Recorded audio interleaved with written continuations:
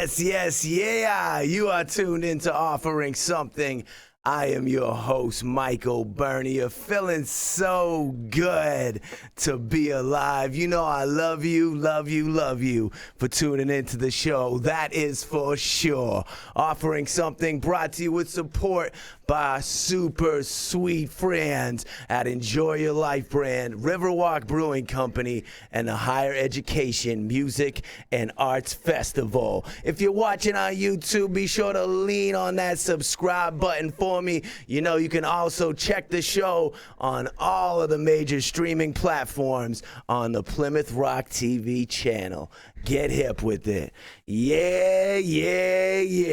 We have an enjoyable episode in store for you today with a guest who is a serial entrepreneur, a producer, an entertainer, an idea individual, a businessman, a director, a sultan of streaming, a cord cutter, and a man of mystery who is endlessly offering something.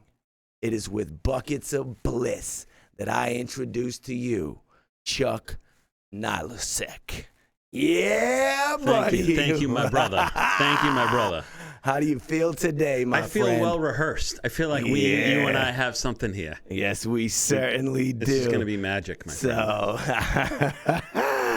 I feel like I've said this before, but I don't know where to start with you. You're a man of mystery. There's so many things going on. When I think about you, I start to get confused. You got a lot going on.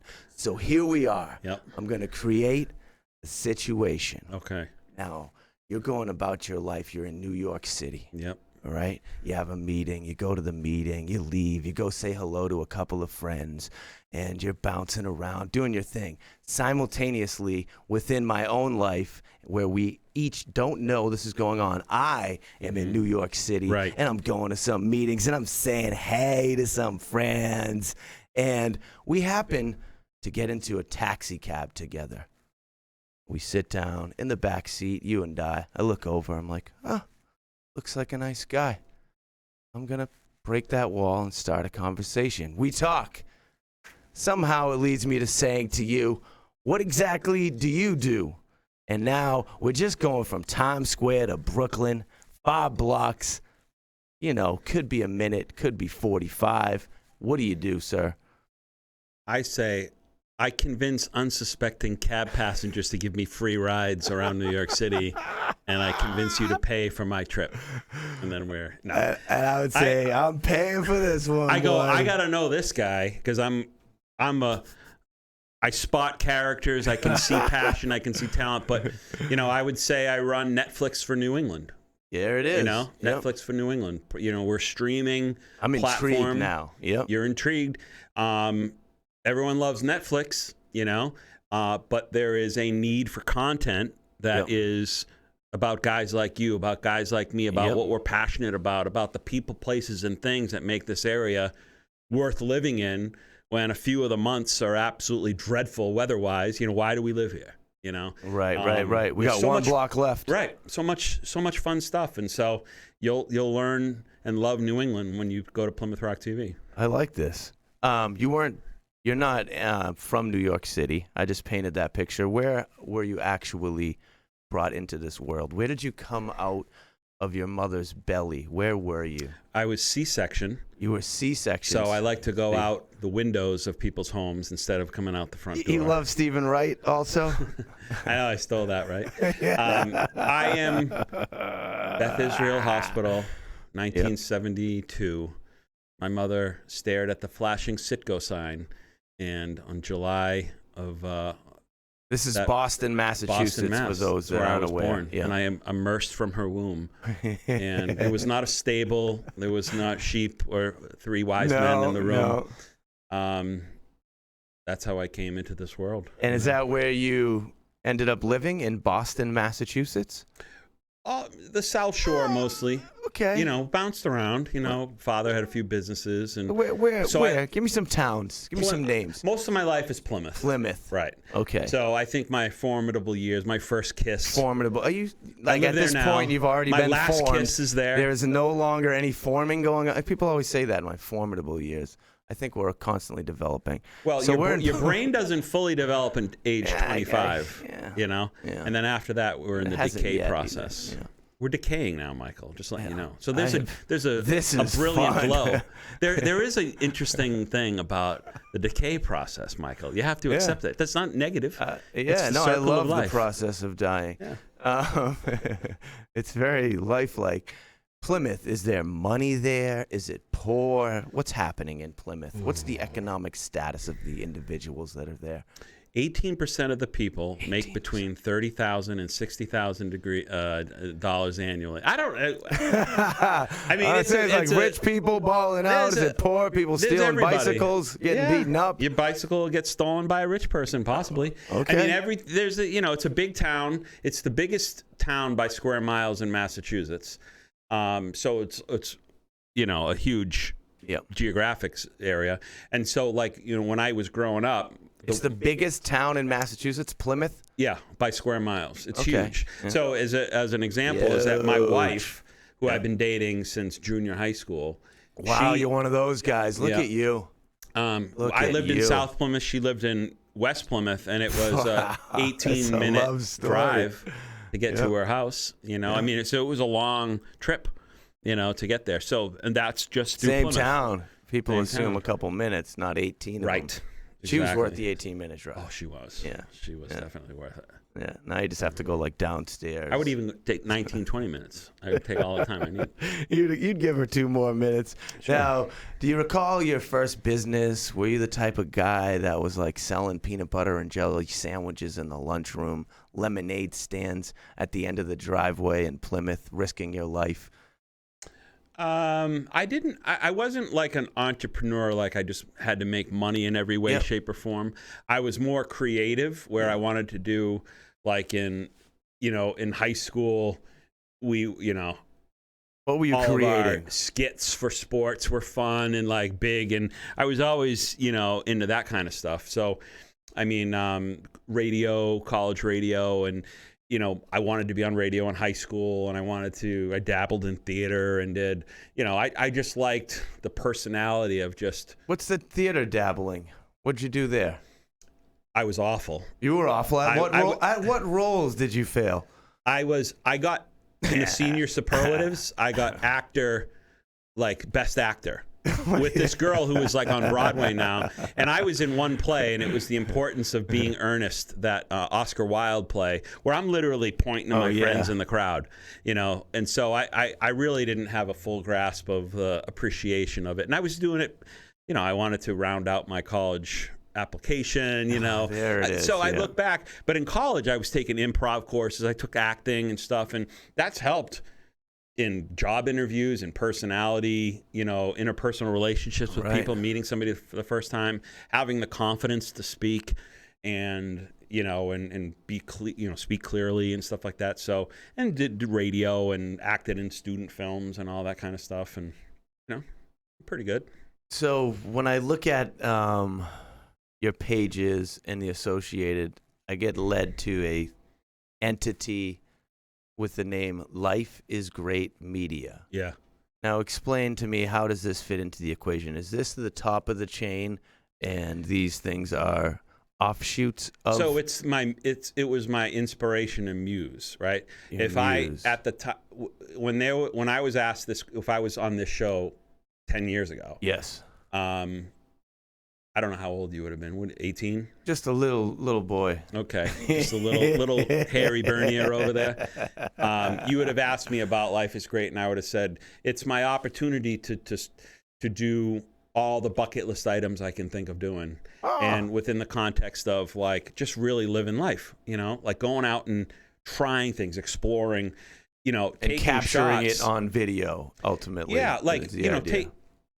In your everyday life, you don't have an excuse to say, I want to fly in an F-15 fighter with the Air Force. You can't just call them up. But if you have a TV show, Hey, guys. I'd love to come and do a story on this. Hop in. We'll give you some training flying in an F-15. Let's just jump right into this F-15 situation. Here you are, like Chuck Nilosek. You have the idea of Maverick, life is great media, and now all of a sudden, what pops into your head? You see one fly by, and you're like, I got to get in that jam. Highway to the danger zone, baby. Highway to the danger zone. It was either that or Footloose. I didn't know which one I was doing. Wow, yeah. But that's good. I mean, I was, as a kid, living on the South Shore and being near the Otis Air Force Base, you would see the Blue Angels and the Thunderbirds all the time. And I was always... see, like, I don't even know what that means. So they're the precision flight teams that go air shows, and they're flying, like, crisscrossing, and, like, you're just... Your mind is blown. Yes. And so I was always intrigued. And then, of course, movies like Top Gun come out and Iron Eagle and all these cool things. And you're like, oh, man, this is as close to flying in a spaceship like Luke Skywalker as you can get. And so it was always on, well, I wouldn't say always on my bucket list, because a bucket list was a new thing. And I said, I'm going to write these things down, and I'm going to start doing them. And I did a lot, like from the TV show. And... You know, I wrote to the Navy. Okay. And I said I'd love to fly with the Blue Angels. What do you like, Dear Navy? Dear Navy. To the info at the Navy? I have a TV show, which I didn't at the time. And 4 or 5 years later, they called me back. 4 or 5 years go by? And they said, well, we have a media. But this is how weird life works. Were you pursuing it throughout this time? One email, 5 years later, you get a response. Put it out in the universe. Good golly, and then you just...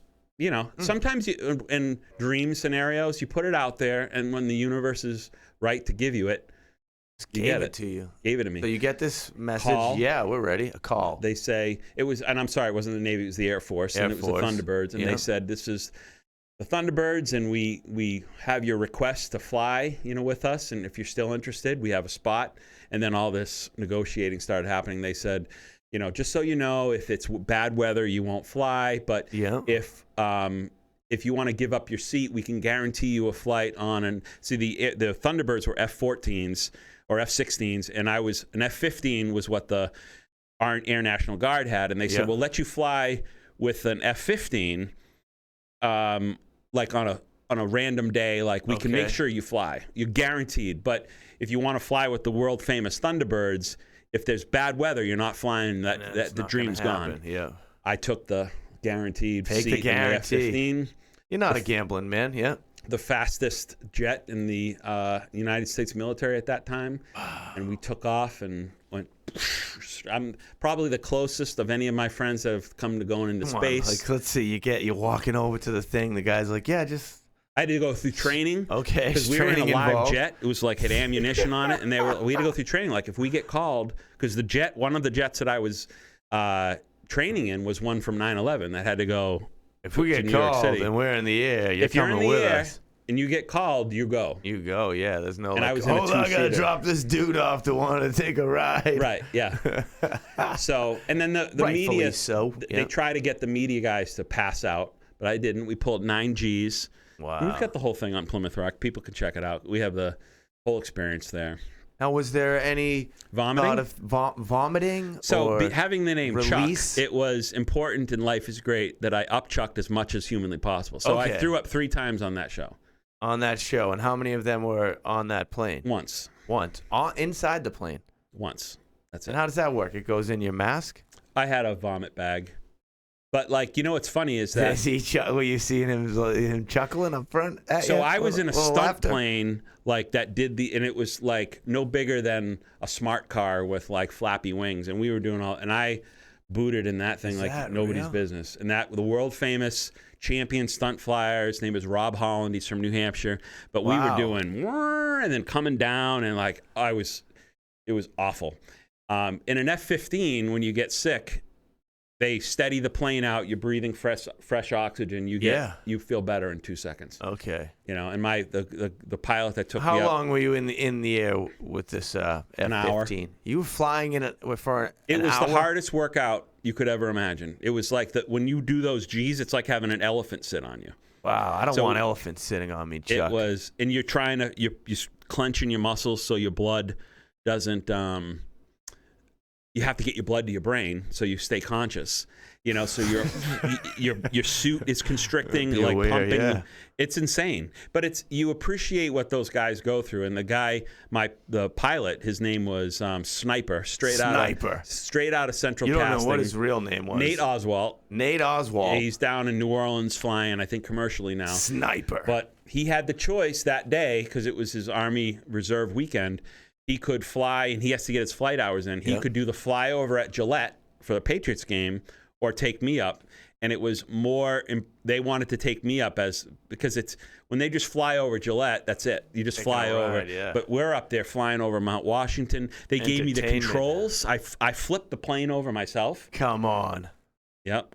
Right over Mount Washington, we just were flying, and he goes, "You want to take the controls?" I'm like, "Damn right I do." And it was so sensitive. It was more sensitive than like a video game controller. I went like, and that's actually when I threw up. I went, and the plane went. And I was like, and he goes, "Let me take control." If you were on the top of Mount Washington seeing that, you would have been like, something's happening. Something's going on inside of there. So anyway, it was the most incredible thing. And I got out, I was exhausted, like sweating. That's an unusual day. I'm glad you did that. Yeah, me too. Now I don't have to. Is that not something you would do? What if you got the chance to go? I've had this thing, like man on the land. Okay. Fish in the sea. Whatever you call birds in the air. I've got a ticket for you to go to the International Space Station for 2 days. You go up. What do I do? You're seeing the Earth like so few humans have ever seen. A guy like you, an experience like that, wouldn't you? Let's go. All right, I've changed my mind. Of course you would. You just, much. You see something that like humankind has never seen up until like 40 years ago. I've seen some unique perspectives, but yes, I'd like to see this. Then you can come back and tell all your flat Earth friends that the Earth is round because you witnessed it. I actually saw it. Yeah. Let's hop back now to the Plymouth Rock TV. How do you actually watch that? People are checking the show right now. They're like, "What is Plymouth Rock TV? Where is it? How do I get to it? How do I see this? How do you actually watch the shows on Plymouth more Rock people TV? Now are streaming than ever before. So in lieu of cable, people are electing to view content through the internet. Well, so what is the reason that people are electing to do this? To do streaming? Yeah. Cost. Mm-hmm. It's more technologically advanced. I mean, cable is a outdated medium, right? I mean, everything we know now is wireless and through the internet. Cable, anyway. Just by the name of it, it's just right. off. Well, it's a wire connected to your house, and you get it's like a straw. When you can snap your fingers and get content from anywhere. And so there are devices that you can get at Best Buy, on Amazon, go to Walmart, called Roku's, Apple TVs, people know them, Amazon Fire Sticks. And from there, there's so much free stuff. And, that's where people can, people have experience with Netflix and Hulu and things like that. Plymouth Rock TV would just like that. Yep. So you can download the channel. If you have a phone on your iOS, your Android, type Plymouth Rock TV. Go to Plymouth Rock TV. There? Oh yeah, everything. Mobile app. We're in, everywhere there's a screen, you can find us. I'm on my Amazon Fire situation. I can just find Plymouth Rock TV, and you're one of our premier stars. I hope you know where we can find. You're one of our.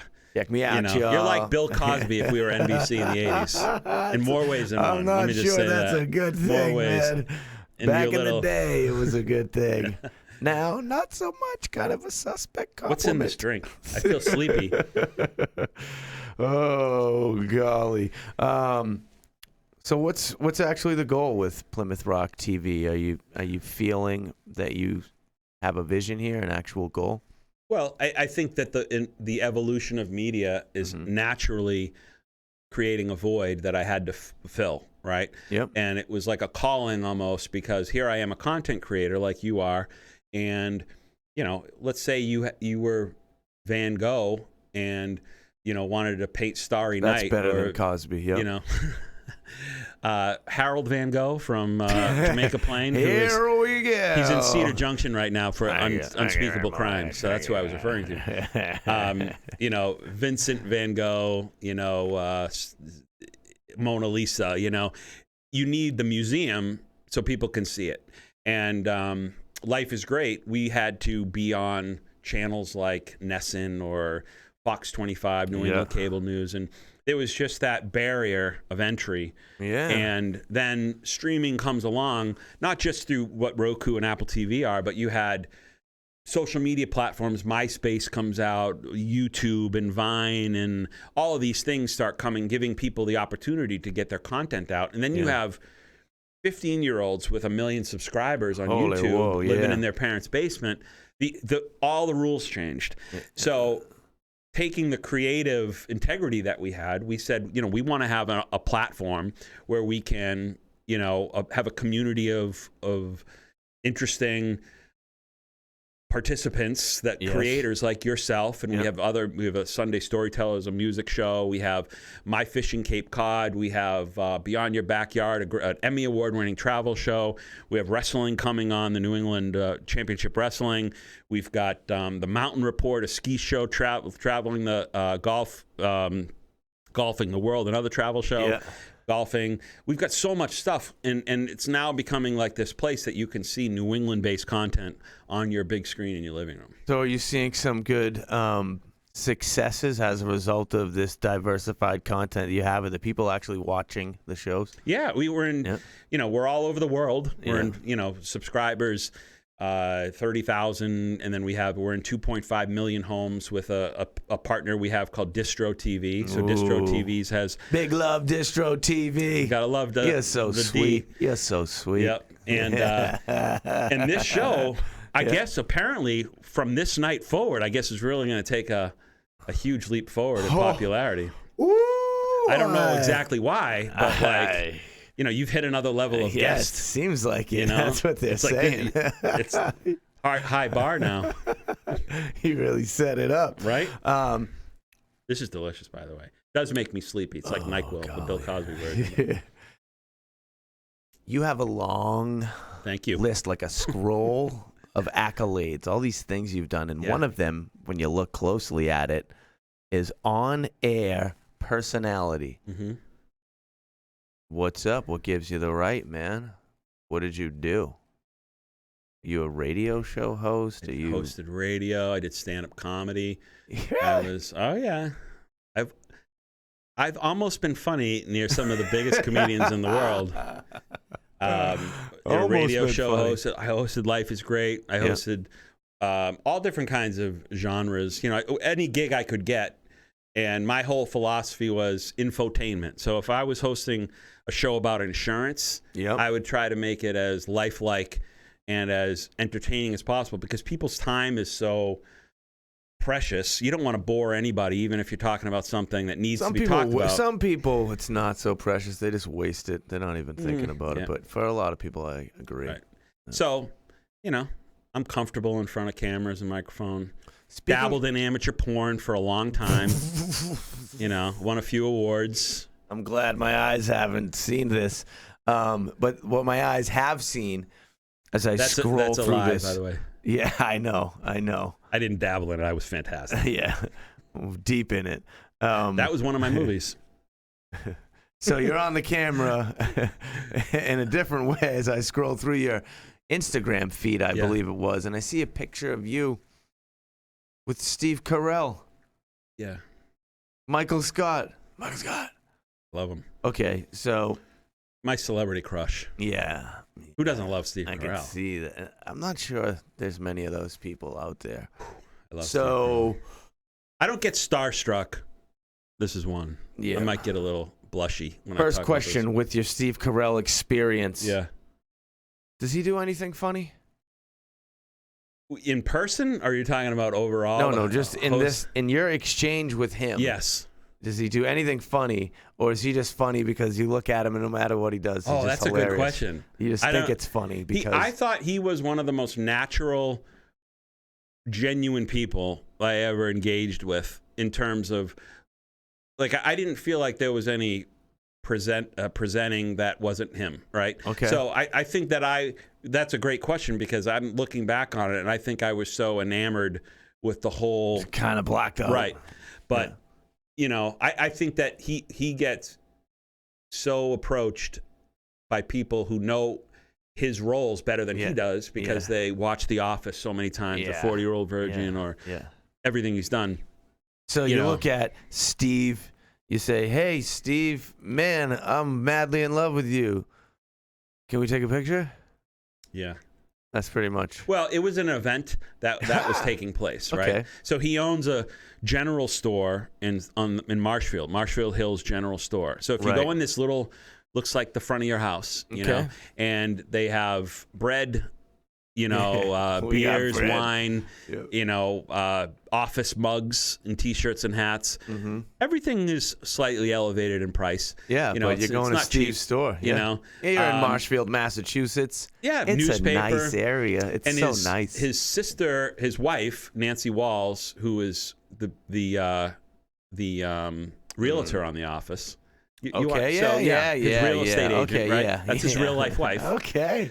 And her family owns it, so he invested in it, and so he's down there. You can see him a lot. So they were doing a radio promotion. We heard he was going to be there. We swung in, and my mission was to leave that place with a Thanksgiving invitation to his house. It did not happen. Didn't happen. So it was a failure. Other than meeting him, that was the failure. Failure's good.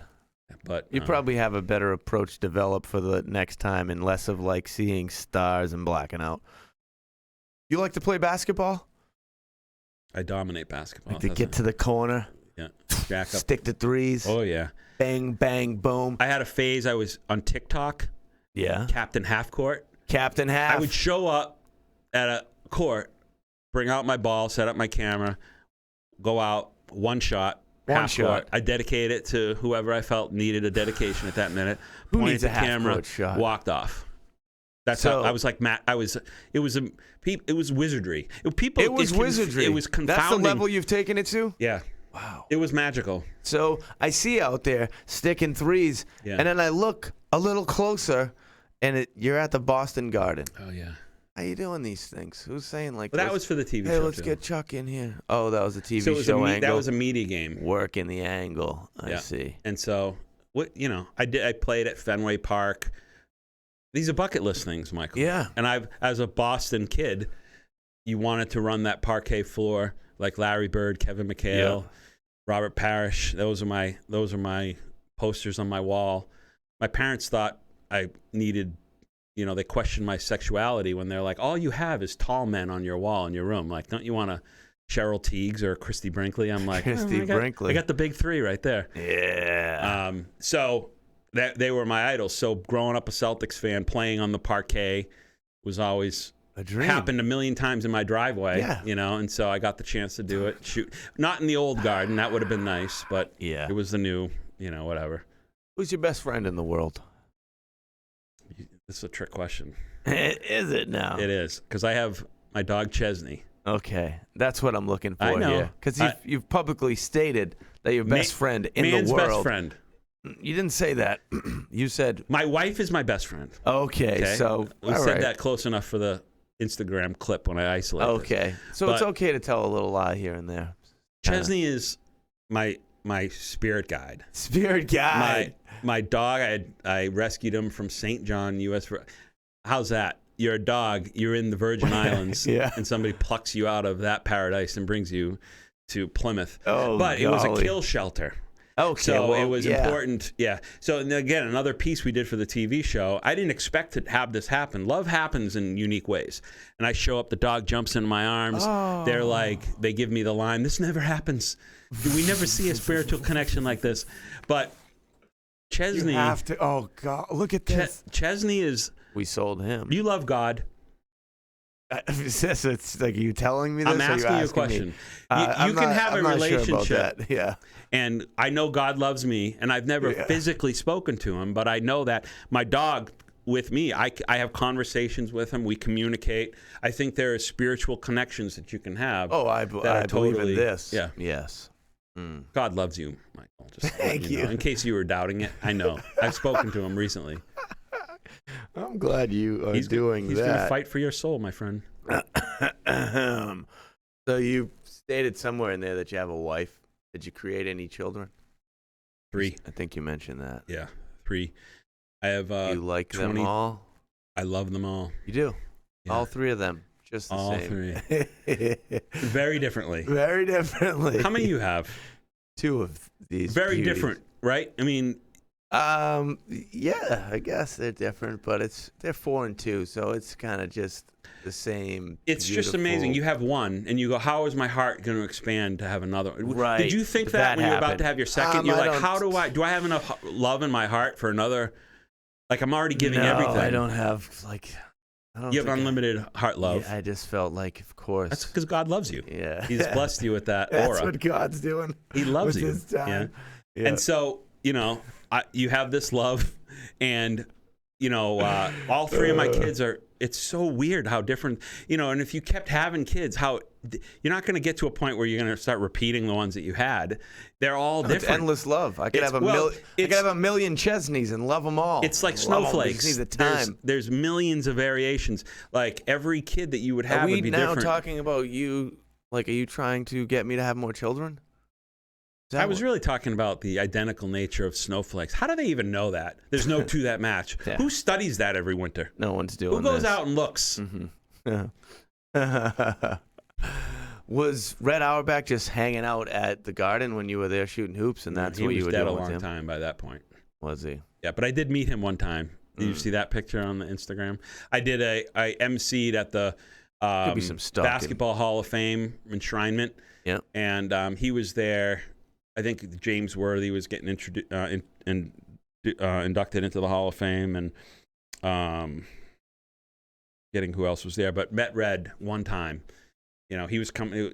I felt bad. He was coming off an elevator. I'm like, and he was old. And I'm like, dude, this has got to happen. Red, pause. I know buddy. you never get asked this, but you got to do this picture, and you're in a rush to get somewhere. But I need to do this. Yeah.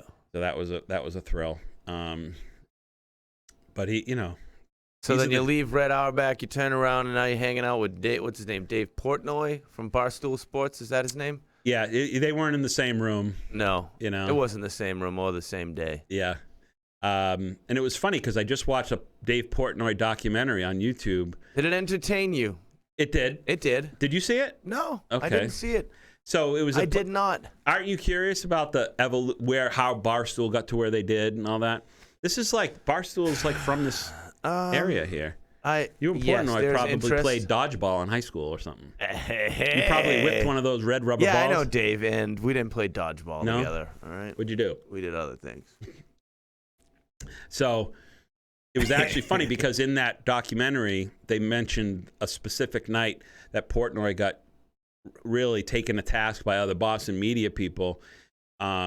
Because of him showing, remember he showed the naked picture of Brady's kid? Yeah. And he said he had like a giant, you know what? Yeah. And kind of crossed that line.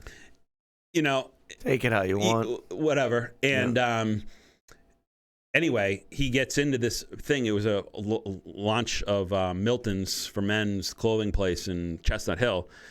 And I'm talking to him. My camera guy gets us talking, and he's just complaining to me about all these things that are happening, and I'm offering him advice like he's patting him on the head, like keep working hard, my friend, you'll get there, it's gonna be all right. And then he puts it in the 5th gear in his Lambo, and I look back and I go, damn, what did I say? It was all you. What kind of advice did I give? I was wondering how he made that transition. He had a conversation with you. That's it. That's all it took. Look at that. Would you look at that? My spiritual message. What is it about you and yourself and your way that leads you to all these, not so much the F-15, but these situations with these incredible humans?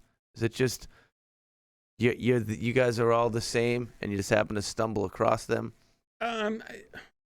People freak out about this stuff. You got 500. If I could just keep going through stories of you're no different, hanging out. Right? I mean, you have a show. You invite interesting people. I'm looking for your perspective. I get it, but I think that when people who are the law of attraction, you attract people that you want to talk with, you put out a vibe that you want energetic, passionate, interesting people to be around. And you can physically be in those situations. If I want to play at the Garden basketball, well, I better be playing basketball and hanging out with basketball people. Right. And, if I want to, I didn't know Portnoy was going to be at that thing. Give me this example. You're like, I want to hang out with Little John. So what do you start thinking about? that was at the NBA All-Star game. What is Read to Achieve? Explain that to me. So I was hired by the NBA for like 10 years, and I was 10 years. That's a good stretch. Yeah. Okay. So I was doing their All-Star weeks, so it wasn't like a full-time thing. I gotcha. So I would do like Couple weeks WNBA a All-Star year. weeks, and then the Jam Session, which is a celebrity interactive event prior to COVID. That was an All-Star event would come to a city, and then they would want to have as many fans participate who couldn't get into the game and the slam dunk competitions and the skills competitions at the arena. Those were expensive tickets. So they would have convention centers where they would have celebrity games, and I would do all sorts of things.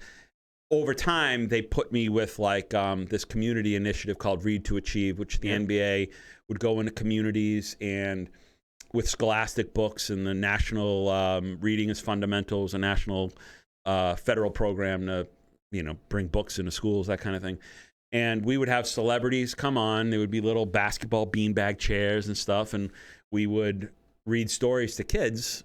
And, it was some big celebrities would come through, and it would be all 30-year-old cougar moms in the front, getting Clifford the Big Red Dog read to them by LL Cool J with his shirt lifted up above his abs, Every once in a while he's just like scratching but pulling his shirt So up. Jamie Foxx would come out, or, like all different celebrities of all kinds, Ashton Kutcher and Britney Spears. Let me ask you this. This is a great beer. Enjoy your life. You're a good man. This is very good. Thank you. Yeah. Thank you. Really good. Are you, would you say you're happy with the individual that you are? Wait, that's the first part. Are you happy with yourself? Or are you like, isn't that kind of struggling? Like when you go to sleep, are you like really working it out? Are you doing pretty good? Like, are you happy? I think you have seasons. You have seasons. I think that you go. Sometimes you like yourself, sometimes you don't. I don't know. You're an enigma with your age. I don't know how old you are, but as a 48-year-old, I've gone through a lot of phases in my life. That's that vegan diet, boy. Right. You never know. Yep. And I think there are different times where you're just a different person. You question, am I on the right path? Am I doing what I'm put on earth to do? You have things that sometimes things go remarkably well.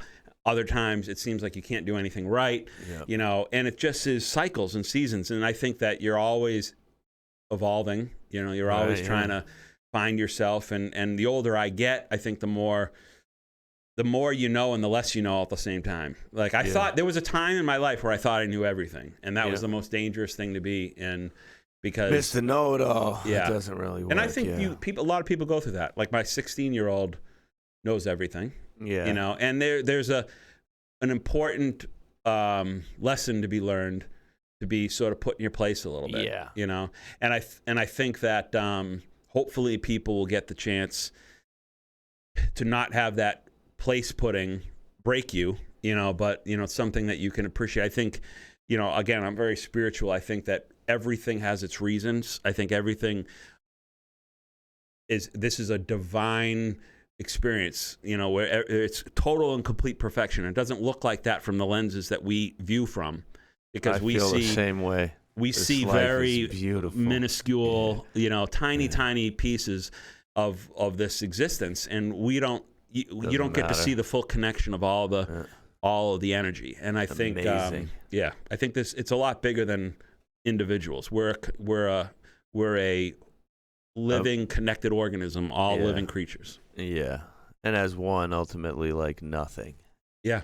Yeah. And so I think that this is just a waiting room for what's to come. Yeah. And we're just here I right like now. The waiting room. I'm having a good time in the waiting room. Sure, okay. I love it all.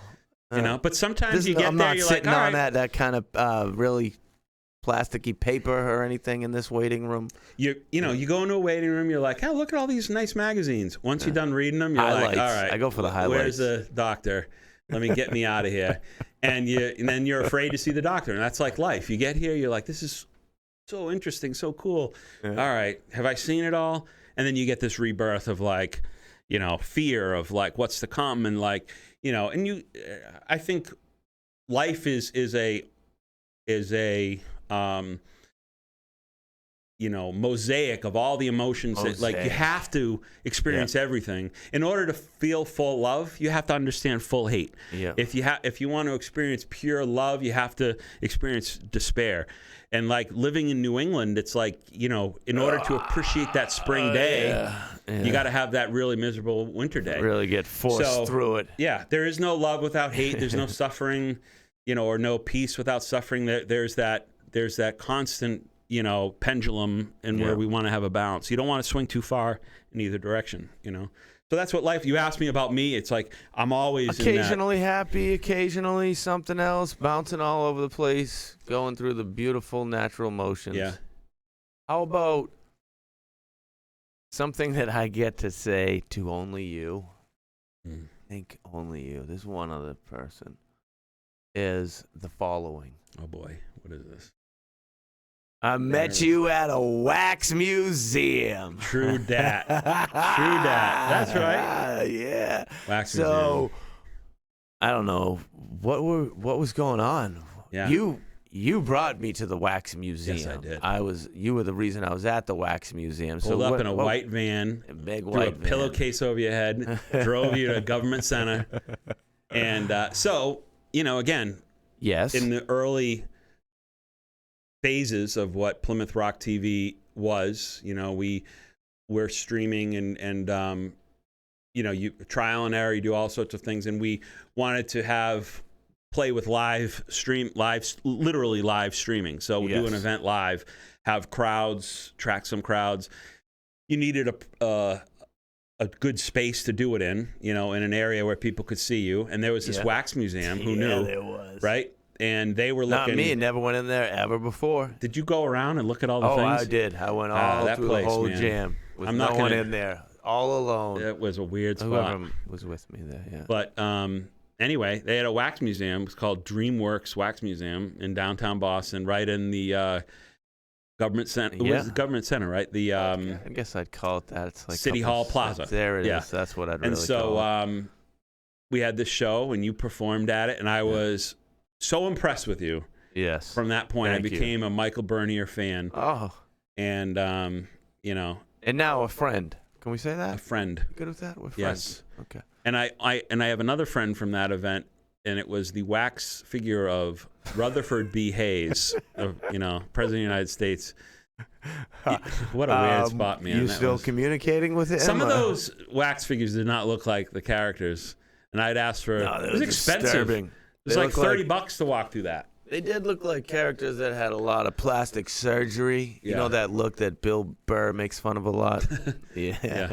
Yep. That age somewhere between 52 and 53. Yeah. You've had a lot of work done. Are those real? You know what I mean. It's all real. I knew it. I knew it.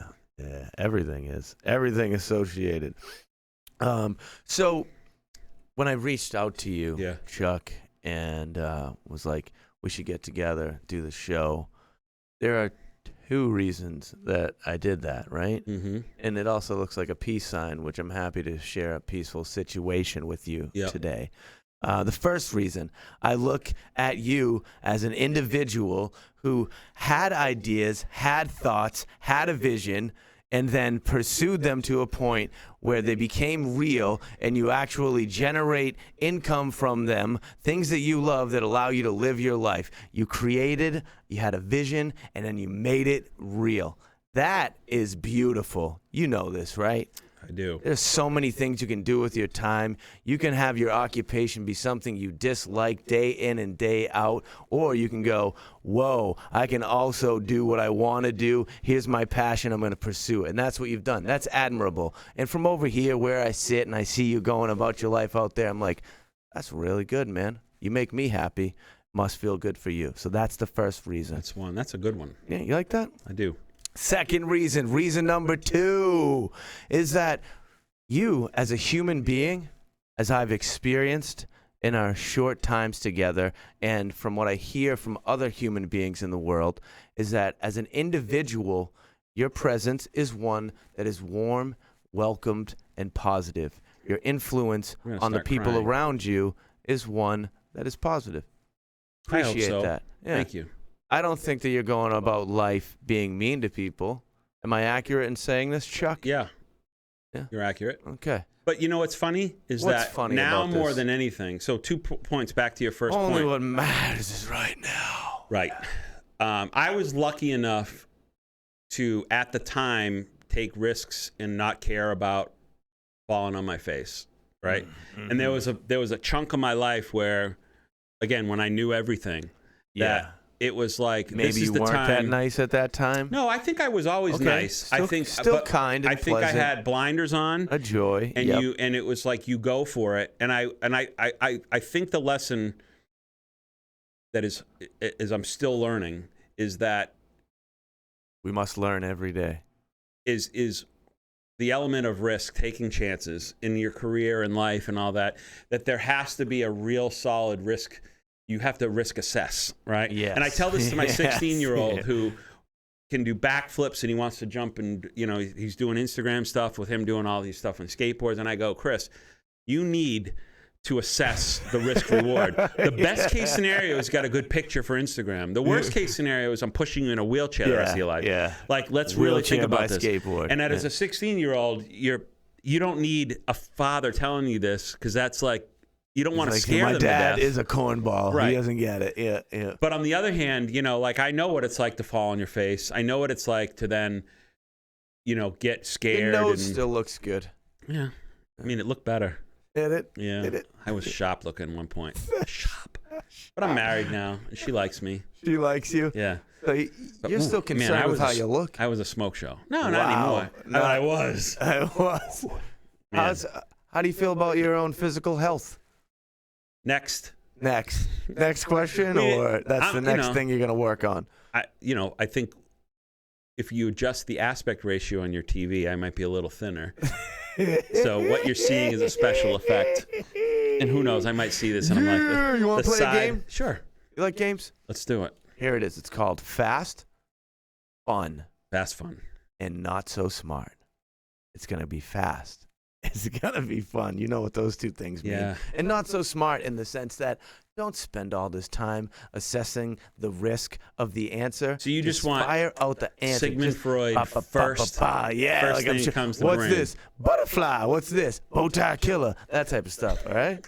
You know that? All right. So I got butterfly in my brain. There we go. All right. Here we go. Fast, fun, and not so smart with Chuck Nilosek. Yo. Favorite all-time movie? Favorite all-time movie has got to be Best in Show. Best in Show. Dog. Here we It's a go. dog movie. Burger or kale salad? Shut up, dude. I'm not even answering that. Burger, baby. I did answer it. You win an all-expenses paid vacation anywhere in the world. You have 3 seconds to pick the location. Here we go. 3, Disney World. 2, wow. I'm surprised. I'm clapping, but I'm surprised. Why? If you had to eliminate one state in the United States of America, what state would you eliminate, sir? I would eliminate California.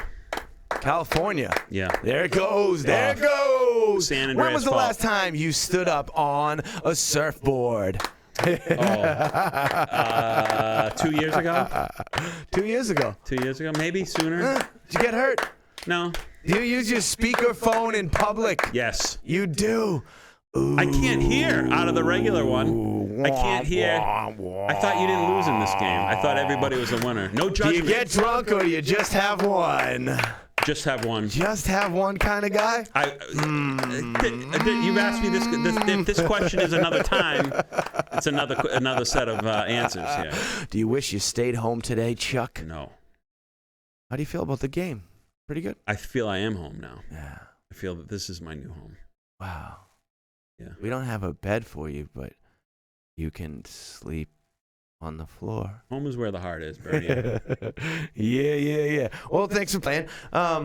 Let's touch on like your Instagrams, your social media, the things that you're trying to be like, hey, follow this, do this, go, follow. What are they?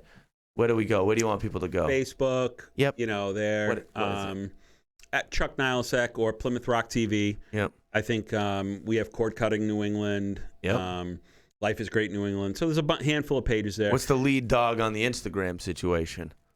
Plymouth Rock TV, we have one, and then Chuck Nilosek is my personal. Yep. So you'll see more of the the Plymouth Rock TV will have what's going on. Chuck Nilosek page. I promise there will be a dope picture of you and me on this. It'll be dope. Want to see? On the IG tomorrow. Me and Bernie posing like players. Player hater. Yeah, it'll be fly. Do you have any people in the world that you just want to give love to? I want to tell these people that I love them. My wife, my dear wife. What's your dear wife's name? We haven't said it yet. Is that okay? Is she going to be comfortable with that? It's fine. You can just give her Beyonce, Nilosek. not the no. Her name is Denise. Yeah, Denise. And my kids, Maddie, Jake, and Chris. Yep. Chesney, and we have Monty. Wait, hold on. Is that all boys? It's all boys, all the kids you have? No, Maddie is Madeline. Okay. Yep. Fair enough. Sorry, Maddie. Jake and Chris. I hope we can still get along after that mistake. Yep. So, and all my good family and friends that are out there, religious watchers of this program. Back to the religion thing. I used it in a different context. You did, but you really. Why don't we have a religion? You want to get really into religion? Do you want me to convert you? No, I don't want to do that. Let me bring you into the world of Jesus. I am in the world of love. I just love everybody. I love you. We're all connected. It's beautiful. Jesus is love. Who is the architect of love, Michael Bernier? The G heart. to the O to the D, baby. Wow. So I love you. I love you too. Do you want to give any kind of shout out to the guy that's came in the room with you, or would sure. Pretend he doesn't exist? Well, pretend he doesn't exist. Okay, let's go with that. So we have a studio audience. Do you have a lot of studio audiences that come in here? It's typically only since things are a little wild in the world. It's typically just been limited to one. He's another host of one of the shows on Plymouth Rock TV. It's the New England Views, Mark Canagus. He's an accomplished photographer. He's got a book coming out. I love when people are accomplished. He's very accomplished. Yeah. He's assisting a lot in the evolution of Plymouth Rock TV. Yep. We've been hanging out here in Newburyport, and what a lovely town. He's a great guy, and he's in the room in the house right here. Yeah, yep. Mark.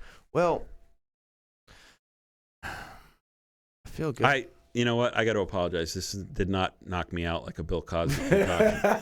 I was worried. You were worried? I met James Brown once. You met James Brown? Right. Yep. At an NBA All-Star League. Yeah. And so James Brown he was so paranoid that high on angel dust. He was so paranoid that the government was trying to take him out, that he had 5 soldiers, that's what I had to call them, that would, every drink that he got, every one of them had to sip it before it got to him. So he would know if there were poison in the drinks. Wow. Yeah. And then he went missing, and I ended up flirting with paranoia. The whole place was looking. We were at an NBA event, and he was performing, and then he went missing, and he was in the mini hoop section, the kids section, dunking basketballs, he dresses like that all the time. Yeah. It was He's a like wild Richard thing. Simmons in a little bit. Yeah. Well, he was an incredible performer. It was wild as he was. As soon as that legend, come on, he was 80, dropping, fall to the ground dance moves. I like it. I like it a lot. He was.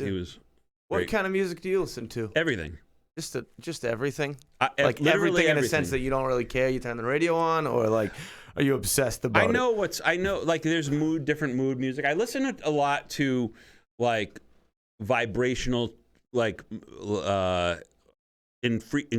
affecting your frequency type of beats music that you meditate to, and I find that I get the most reward from that, frequencies. You know what I'm talking about? Yeah. And so that's where I do my morning meditations, my prayers, all that stuff in that sort of sense. I'm a child of the 80s and 90s, so I'm, U2, NXS, Duran Duran. I love all that stuff. I love the 90s, going to college and, Nirvana, Pearl Jam. And then, of course, I DJ'd a lot when I was in my 20s. That's an of course? Why is that an of course? Who hasn't DJ'd? Mark. He's DJ'd, I'm sure of it. Everybody. Peace signs, yes. Yeah, everybody's DJ'd, of course, several times. So I was just forced into it. Celebration. Sorry, real DJs. YMCA. Yeah. Paradise by the Dashboard Lights. Those are the songs I hate. But nevertheless, you do those. You listen to music, and now I whatever comes my way. I think I love country music. Been to a lot of country shows. Brad Paisley, Kenny Chesney, Namesake with the Dog. I like Zach Brown. Yeah. I'm friends with a few of the Marley boys, so I love Marley. I love Damien, Ziggy. That whole vibe. I like. You like good music. I don't like death metal, and I don't like. I don't like awful. I don't like lyrics that are unkind. I guess I'm more grumpy old man now a little bit. With that kind of stuff. Like if I hear something of my kids, Did it hurt you at all to hear that DMX was in a tough way and in the hospital? I did not. I don't read the hip hop magazines anymore, so I don't know what's going on in that scene. This is world news. Is it? Yeah. That DMX is out? I don't know what the status is. I know he's in Y'all gonna make me lose my mind up in here. Y'all gonna make me. There you go. This is some DMX. Yeah, that is DMX. Yeah. That was a good song. Yeah. It's a lot of good songs. Yeah, but no, I wasn't following that. I tried not to as much as... I couldn't embrace that as much because the man's in the hospital, I'm celebrating his spirit. I know, you should be. He would want us to be celebrating. And I don't know, he could be gone already, or he could be maybe coming back. But I think that I want to... where was I going with this? There was something very deep and profound. I don't know. I was going to say. I felt it though. Like the vibration. Did you feel the vibration? I think I may have. Like Marky Mark. Maybe I just have to go to the bathroom. Yeah. Come on, feel it. That's a good song. Yeah, you like. Who didn't love that song, Marky Mark? Nobody. You didn't love that song? No, it was good. Yeah, it was good. Especially if you're from here. I went to high school with the lead singer of LFO. Remember that? Remember LFO? He passed away. I can't really speak on that.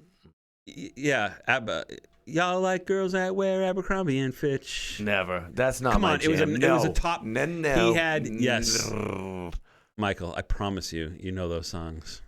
Yeah. They had like 4 top 10 songs. They made a lot of money. Just not the top 10 that I'm listening to, Chuck. Well, I get you. That's it. I've had a great time hanging out with you. It was great. And I really do appreciate you moving your physical body to this location to sit down and talk. You're a good human.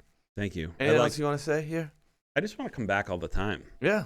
Like I said, you're welcome. This is home. There's a door. It opens.